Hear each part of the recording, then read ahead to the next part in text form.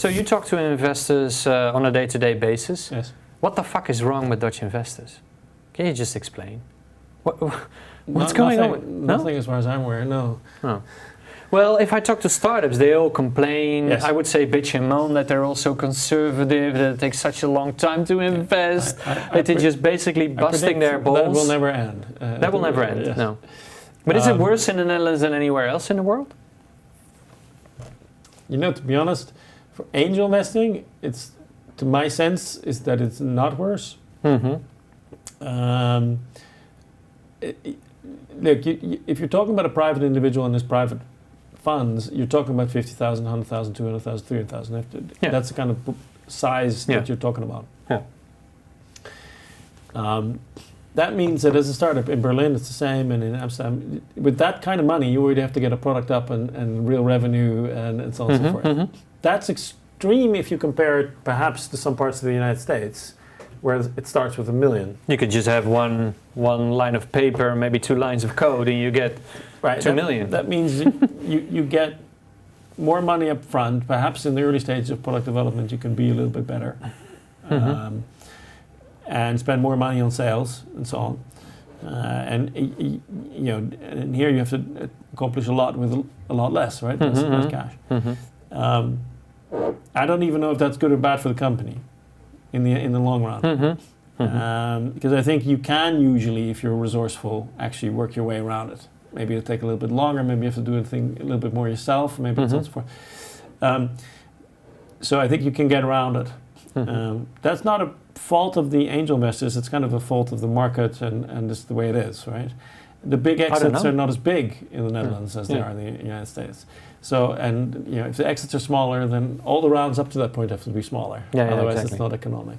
So that's not a fault of the ecosystem. In the Netherlands, I perceive there is another, I think, bottleneck, which is hurting a lot more at the moment. And that is? Well, it's that bracket between 1 million and 3 million. So what comes immediately after the angel rounds. So the Series A? The mini A, the mini Series A. I always call that a bridge round. Is that a normal phrase? I don't know. Maybe I heard it from you. It's a normal phrase, but I don't use it for that round. I mean, the first, let's call it the A round, but it might be a small A round. Yeah. If it's 1 to 3 million.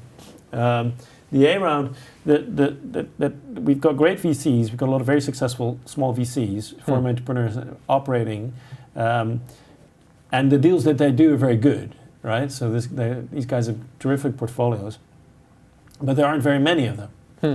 And I think that's because startup has increased so much in the last 5 years that the VC market reacts slowly. An experienced VC partner will take 10, 15 years to be. So there are merely not enough VCs right now to cover all the good startups. Not in the early stage. And you see if VCs are successful, they may want to do bigger and bigger rounds and sort of be in international companies and the B round and C round. Like the guys that are really doing the small A rounds, the $500,000 up to 2 million, we just don't have enough of them. And so as a consequence, I see a lot of companies, Dutch companies, that have good products, have revenue, they look great, and they still can't raise that $1 million. So they wind up going back to Leapfunder and doing their 5th Leapfunder round. Because eventually, once you're international and you've expanded into other markets, you may be able to get capital from Berlin, or you may be able to get capital from Munich, or something like that. But for now, it's very difficult in the Dutch market to raise that that A round. And maybe it will never even happen, right? I mean, it may never even happen. Maybe even to go to cash neutral without ever doing an A round, which means that they give up a certain amount of growth. So basically, they become a real business in the Netherlands, which is kind of a cool thing. But they could have been. But you're not a startup. You're not scaling up. You're not scaling anymore. So why aren't you starting like this VC? Like a VC firm that helps these startups? Is it that hard to do it actually? Well, it's not easy because it's never been done before in that particular model. But people have talked about it. The idea is around. Maybe something will happen. Maybe I'll have a role in it. We'll see. Keep it tuned. Oh, so talks are in place at the moment already? Yes, but unfortunately talks are in place, and talks can take a long time. Okay, but your next step will probably be a VC fund of your own? I'm committed to Leapfunder for foreseeable future. At least 5 years. But we may still have a role in promoting such a fund that could fill that gap, supporting it and trying to get it. So your alumni will sort of graduate into this bigger role and have. They maybe have the first access to the startups or something like that? Yeah, something like that. There could be a partnership with a fund that actually looks at the monthly updates from the Leapfunder, that goes to the Leapfunder investors, and therefore once they're ready to do their way around, the fund knows all about it, right? And knows exactly what the company is. Yeah. Essentially, if something is a Leapfunder company and they've done Leapfunder for 2 or 3 years and grown, then the entire dossier, you could do due diligence in literally an afternoon, because there's the monthly updates. So once you need that 1 million, 2 million, 3 million, it's just basically push a button. Quick, yeah. It could be real quick. That I can see would be a really step forward for the market, and I think it would never be exclusive. I think with Leapfunder, but if someone else can come along saying, "Look, here are my monthly reports," or "Here's the data," then they should be in a position to get funding. So what's next for Leapfunder as a company? You went into Germany. What's next? UK, US, or is the European market? We're in the final stage of regulatory clearance in Sweden and Denmark. Okay, Nordics. So Nordic, and so we'll have a presence in Nordic, and after that, why North?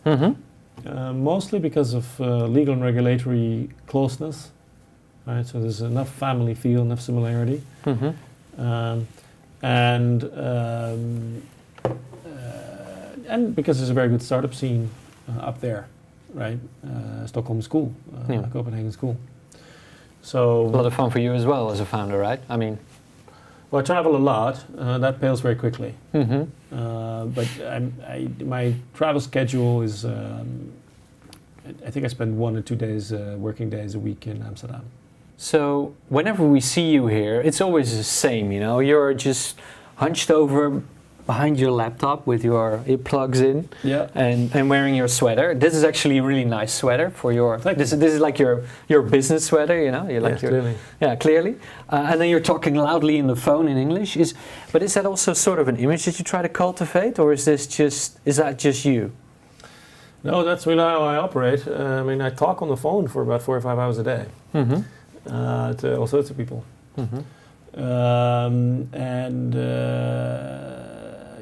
almost none of what I do requires me to physically be in any particular location. To be honest, if I slipped out and went to Estonia for a month, then I could probably get away with it for quite a while without people even realizing.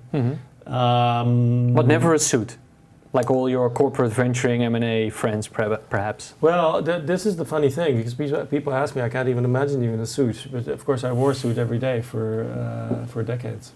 So being your own, the founder of your own startup. Is that also the freedom to just do whatever the fuck you want? Is that basically it as well? No, there's not. It doesn't deliver freedom so much. I mean, the reason I'm on the phone or on email quite so much is that there are people everywhere. And wear sweaters. Is that there are people everywhere who are calling me into something where I need to be there to do something. So that's not what I call freedom, or perhaps it is freedom. It depends. I don't experience a suit as being unfree, to be honest, but perhaps a little unpractical. It's just not practical for me to wear suits. And besides, it doesn't really work because we like to sit close to the startups so that the startups can easily come up to us and connect with us. And if you go to sit in a startup place, you don't usually wear a tie.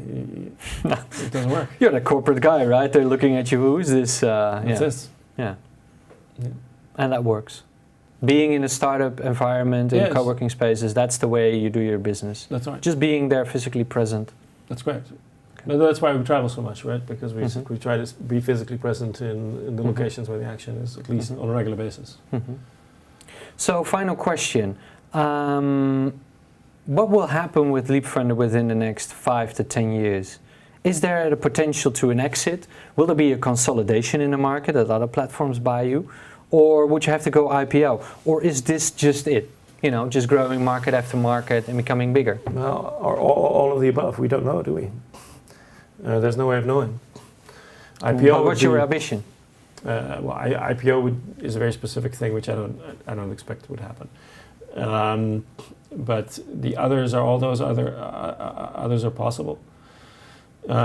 We've developed a very unique solution for the European market, and it works very well. It could be that we're integrated into a worldwide solution. It could be that there's a financial service provider in Europe who says that we want this to be part of our portfolio. We can talk if that's someone's interested in that. But other than that, you're in for the long run. Well, I think if you start a business, you have to believe that it's going to be a real business, right? Our Dutch business was cash neutral last year. Not our entire business was cash neutral because we were expanding, and that's costly. But the way we look at it is that once you've stabilized the market, and we've been live in the Netherlands for 4 years, it should be cash neutral. And that's how we do our business planning. So in a sense that once the expansion is over to those regions, if we decide to call it quit, to stop there, if we decide to stop there, then we could just be a real company. But people talk about expansions beyond Nordic and Germany, and then the countries that they talk about are, to be honest, your guess would be as logical as mine at this point. But you could talk about Central Europe, you could talk about Austria, you could talk about France, you could talk about, and so on and so forth. Singapore, yeah. Well, I mean, in general, I think we like to stay, because we're very face-to-face and we're very much about local community, we like to stay to places that are culturally near. So it's quite possible that we'll, Barcelona would come before Singapore, I think. And it would be cool, but there's some real challenges legally in implementing a city like that. Yeah. So to summarize, Leapfunder in 5 years would be the biggest angel community of Europe. It already is. It already is. But it would be in many more countries in Europe, yes. Okay. Tienko, thank you very much for this talk. Okay, thank you.